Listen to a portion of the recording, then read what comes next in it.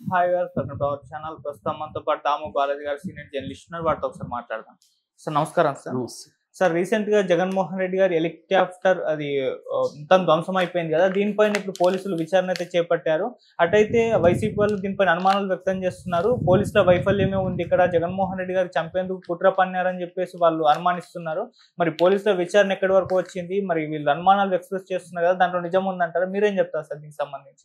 ఈ మంత్ 8న జగన్ అక్కడ రాప్తాడు పర్యటనకి వెళ్ళాడు. అక్కడ కుంటిమద్ది దగ్గర హెలికాప్టర్ ల్యాండ్ అయింది. కుంటిమద్దిలో హెలిప్యాడ్ ప్రొవైడ్ చేశారు. వీళ్ళు అడిగిన చోట చేయలేదు.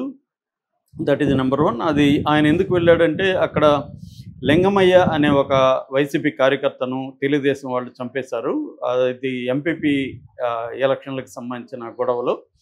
సో ఆ కుటుంబాన్ని పరామర్శించడానికి జగన్ అక్కడికి వెళ్ళాడు. వెళ్ళినప్పుడు హెలికాప్టర్ కుంటిమద్ది దగ్గర ల్యాండ్ అయింది. ల్యాండ్ అయినప్పుడు పెద్ద ఎత్తున వైసీపీ శ్రేణుల్ని వీళ్ళు తరలించడం జరిగింది. అక్కడ తోపుదుర్తి ప్రకాష్ రెడ్డి ఆధ్వర్యంలో పెద్ద ఎత్తున జనం రావడంతో వాళ్ళందరూ హెలికాప్టర్ని చుట్టుముట్టారు. ఈ హెలికాప్టర్ని చుట్టుముట్టడం వల్ల విండ్ షీల్డ్ దెబ్బతిందని చెప్తున్నారు. దాంతో ఆ హెలికాప్టరు జగన్ని తీసుకొని వెళ్లకుండా కలెక్టర్కి, ఎస్పీకి ఎవరికి కూడా ఇన్ఫార్మ్ చేయకుండా హెలిప్యాడ్ దెబ్బతిందని వాళ్ళు టేకప్ తీసుకొని వెళ్ళిపోయారు. దాంతో జగన్ రోడ్డు మార్గం మీద బెంగళూరు చేరుకోవాల్సి వచ్చింది. ఎందుకంటే జగన్ బెంగళూరు నుంచి వచ్చాడు, మళ్ళీ బెంగళూరుకి వెళ్ళాలి. సో ఆయన్ని వదిలేసి వెళ్ళిపోయారు. వెళ్ళిపోయినప్పుడు జగన్కి వేరే ఆల్టర్ లేకుండా రోడ్డు మార్గం మీద వెళ్ళాలి.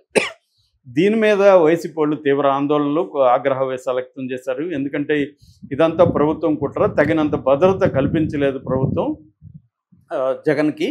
అందువల్లనే వస్తారని ముందుగా మేము ఇంటిమేట్ చేసాం. జనం పెద్ద ఎత్తున వస్తారు, భద్రత బాగా కల్పించాలని మేము ఇంటిమేట్ చేసినప్పటికి కూడా కావాలని వీళ్ళు భద్రతను తగ్గించాలని జగన్కి ఇవ్వలేదు. దాంతో పెద్ద ఎత్తున జనం రావడం, ఆ తొక్కిళ్ళు అది డ్యామేజ్ అవ్వడం, జగన్ రిస్క్ తీసుకొని రోడ్డు మార్గంలో పోవాల్సి రావడం అనేది జరిగింది. ఇదంతా కూడా జగన్ని అంతమొందించడానికి కుట్ర అని తెలుగుదేశం నాయకులు చాలామంది మీడియా ముందుకు వచ్చి మాట్లాడారు. సోషల్ మీడియాలో కూడా విపరీతంగా పోస్టులు పెట్టారు. ఎందుకంటే గత కొంతకాలంగా జగన్కి భద్రత కల్పించకపోవడం, ఏమన్నా అంటే అనిత లాంటి వాళ్ళు ఇదంతా డ్రామా, అతను ఒక ఆఫ్టర్ ఆల్ ఒక పులివెందుల ఎమ్మెల్యే అని చెప్తున్నారు. మరి ఇదే విషయం గతంలో ఆఫ్టర్ ఆల్ ఒక కుప్పం ఎమ్మెల్యే అని చంద్రబాబుని ఎందుకు చెప్పట్లేదు? చంద్రబాబుకి ఎందుకు Z+ కేటగిరీ ఇచ్చాడు? ఆయన కూడా ఎమ్మెల్యేనే కదా. ఏదైనా మాజీ ముఖ్యమంత్రులు కాబట్టి వాళ్ళ కేటగిరీ వేరే ఉంటుంది. ఆ కేటగిరీలో వాళ్ళకి భద్రత ఇవ్వాలి తప్ప టెక్నికల్గా అతను ఒక ఎమ్మెల్యే అనే విధంగా మాట్లాడడం కరెక్ట్ కాదు. ఇదంతా హోమ్ మినిస్టరు ఏం జరిగిందో విచారించుకుని ఆమె స్టేట్మెంట్లు అలా ఇచ్చేస్తుంది. సో ఆమె ఒక డమ్మీ మైకుల ముందు మాట్లాడడం తప్ప మొత్తం వెనకొండి చేసేదంతా కూడా లోకేషే అనేది వైసీపీ వాళ్ళు విమర్శించారు. ఈ నేపథ్యంలో వైసీపీ విమర్శించింది కాబట్టి వీళ్ళ మీద ఇప్పుడు తెలుగుదేశం ఇంకొక ప్లాన్ వేసింది. ఆ ప్లాన్ ఏంటంటే అసలు నిజంగానే విండ్షీల్డ్ పాడైందా? పాడైతే మరి వాళ్ళు ఎలా టేకాప్ వెళ్ళగలిగారు? టేకాప్ వెళ్ళక ముందు వాళ్ళ బాధ్యత ఇక్కడ ఎస్పీకే కలెక్టర్కి ఇంటిమేట్ చేసి, సార్ ఇలాగా మాది ఇదైంది, మేము అందుకనే జగన్ వదిలేసి వెళ్ళిపోవాల్సిన పరిస్థితి ఏర్పడిందని ఎస్పీకి కలెక్టర్కి వాళ్ళు ఇంటిమేట్ చేయాల్సిన బాధ్యత పైలట్ది, కో పైలట్ది ఉంది. వాళ్ళు ఎందుకు చేయలేదు కాబట్టి వాళ్ళకి నోటీసులు ఇచ్చారు. ఇదేంటంటే చిప్పన్ ఏవియేషన్ కంపెనీకి సంబంధించింది. ఇది బెంగళూరులో వైట్ ఫీల్డ్లో ఉంటుంది. దీంట్లో pilot Anil and Shreyas Jain co pilot వీళ్ళిద్దరూ వచ్చారు. సో వీళ్ళకి ఇప్పుడు నోటీసులు ఇచ్చి 12వ తేదీ నోటీసులు ఇచ్చారు. వీళ్ళకి విచారణ జరుగుతుంది. అంటే ఎలాంటి ప్రశ్నలు నేను ఇందాక చెప్పిన ఈ ప్రశ్నలు, అసలు నిజంగా జరిగిందా, యాక్సిడెంట్ లేదా, జరిగితే మీరు ఎందుకు దాన్ని ఇంటిమేట్ చేయలేదు, అది రిపేర్ ఇక్కడ సాధ్యమా కాదా అనేది మీరు ఎందుకు తేల్చుకోలేదు, సో మీరు ఎలా వెళ్ళగలిగారు గాల్లోకి, మీరు ఎలా ఎగరగలిగారు, మీరు వెళ్ళినప్పుడు జగన్ ఎందుకు తీసుకెళ్ళలేకపోయారు అనేది, అట్లాగే పైలట్కి సంబంధించిన బ్యాగ్ ఉంది, ఆ బ్యాగ్ని కూడా దొంగిలిచ్చారని చెప్తున్నారు, అది నిజమేనా? ఇవన్నీ ఇలాంటి ప్రశ్నలు వాళ్ళని వేసే అవకాశం ఉంది. అట్లాగే చెప్పన్ ఏవియేషన్కి కూడా నోటీసులు కూడా ఇచ్చారు. అట్లాగే దీన్ని డీజీసీఏ అంటే directorate general of civil aviation అంటారు, ఆ డిపార్ట్మెంట్కి కూడా ఇంటిమేట్ చేసింది గవర్నమెంట్. సో ఇప్పుడు చెన్నై కొత్తపల్లిలో రామగిరి సర్కిల్లో ఈ విచారణ జరుగుతుందని చెప్తున్నారు. ఆల్రెడీ మనకి Ramagiri circle SI sub inspector Sudhakar విషయంలో గొడవైంది.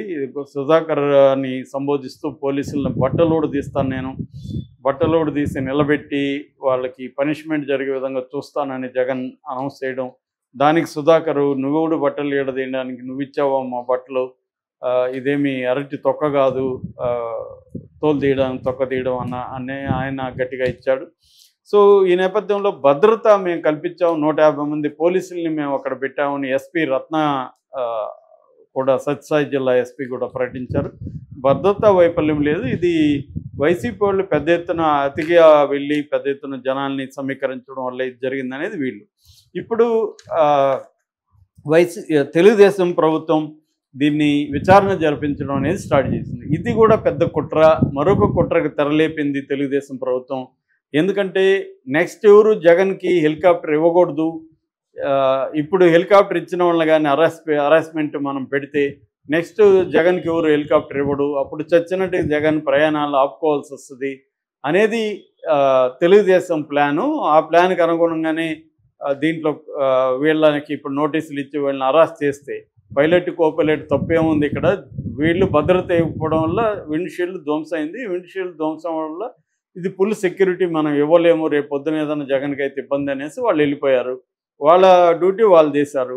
వాళ్ళు ఇన్ఫామ్ చేయాల్సిన అవసరం ఉంది, కలెక్టర్కి ఎస్పీకి ఇన్ఫామ్ చేయాలి. ఇది ప్రైవేటు వ్యవహారం, ఆయన కోసం వచ్చింది, ఇది గవర్నమెంట్ కోసం రాలేదు. జగన్ తీసుకొచ్చాడు, జగన్కి వాళ్ళు ఇన్ఫామ్ చేశారు, జగన్ ఓకే చేశాడు, వెళ్ళిపోయారు. కావాలనే వాళ్ళని వేధించడానికి ఇవన్నీ చేస్తున్నారు. రేపొద్దున వేరే ఏవియేషన్ ఇది కూడా ఇవ్వదు, ఇది ఇంకా వీళ్ళు ఎవరు ఈ జగన్కి రేపొద్దున, ఎందుకంటే బెంగళూరు నుంచి ఎక్కువ రావాలంటే ఆయన వీళ్ళ దీంట్లోనే వస్తున్నాడు.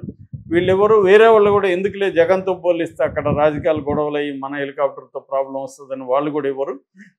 దానివల్ల జగన్ మొబిలిటీని తగ్గించడానికి, రెండోది సెక్యూరిటీ లేకుండా జగన్ని ఇబ్బంది పెట్టడానికి. ఇప్పుడు ఎందుకంటే హెలికాప్టర్లో రావడానికి రోడ్డు మార్గంలో బెంగళూరు నుంచి రావడానికి చాలా తేడా ఉంటుంది. ఆయన ఎప్పుడు అనుకుంటే అప్పుడు హెలికాప్టర్లో వస్తాడు. ఇప్పుడు హెలికాప్టర్లు ఇవ్వలేదనుకో రేపు పొద్దున్న జగన్కి ఏం చేయాలి, జగన్ అప్పుడు రోడ్డు మార్గంలో రావాలి, రోడ్డు మార్గం రావాలంటే హై రిస్క్ ట్రాఫిక్. సో ఇది అందువల్ల జగన్ ఏం చేస్తాడు, 4 సార్లు వచ్చేది ఒకసారి వద్దాం అనుకుంటాడు.